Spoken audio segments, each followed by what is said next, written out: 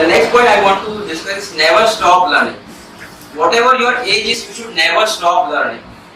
We can learn from experienced as well as young people. So experienced people, so there is a story. There is a big ship, okay, a very big ship. It's got maintenance breakdown. So the engine got failed. So they were very tense because they got engineers from outside of India also, and they were unable to solve the problem.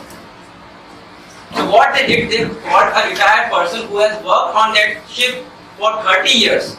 He has worked on that ship for 30 years. He came and started the engine. So he heard some noise, uneven noise. So he had a small hammer with him.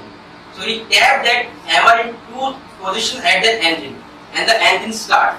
So see, this is the power of experienced people. Why experienced people have more power? Because they have seen more in their life.